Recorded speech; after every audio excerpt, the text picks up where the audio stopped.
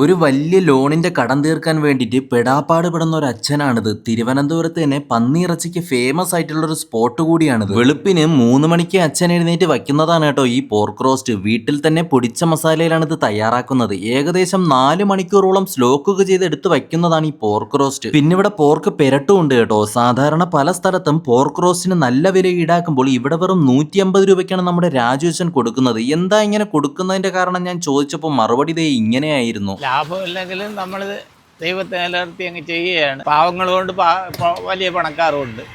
അപ്പോൾ എല്ലാവർക്കും കഴിക്കണം, അതുകൊണ്ടാണ് ഈ റേറ്റ് ഇട്ട് കൊടുക്കുന്നത്. ഞാൻ കപ്പയും പോർക്ക് റോസ്റ്റുമാണ് കഴിച്ചത്. സംഭവം ഒരു രക്ഷയില്ലായിരുന്നു കേട്ടോ. കിഡിലും ടേസ്റ്റ് ആയിരുന്നു. ആ മസാലയൊക്കെ നന്നായിട്ട് പിടിച്ചിട്ടുണ്ടായിരുന്നു ആ പോർക്ക് റോസ്റ്റിൽ. അച്ഛൻ്റെ കൂടെ സഹായത്തിന് അച്ഛൻ്റെ മരുമകളും ഉണ്ട് കേട്ടോ. കപ്പയ്ക്ക് വില വരുന്നത് 40 രൂപയും പോർക്ക് റോസ്റ്റിന് 150 രൂപയാണ്. രാവിലെ 8:30 മുതൽ രാത്രി 8:30 വരെ ഇവർ ഇവിടെ കാണും കേട്ടോ. ഞായറാഴ്ച കട അവധിയാണ്. ലൊക്കേഷൻ വരുന്നത് നമ്മുടെ തിരുവനന്തപുരത്ത് പരുത്തിപ്പാറ അമ്പലമുക്ക് റോഡിൽ വയലിക്കടയുള്ള കടയാണ്.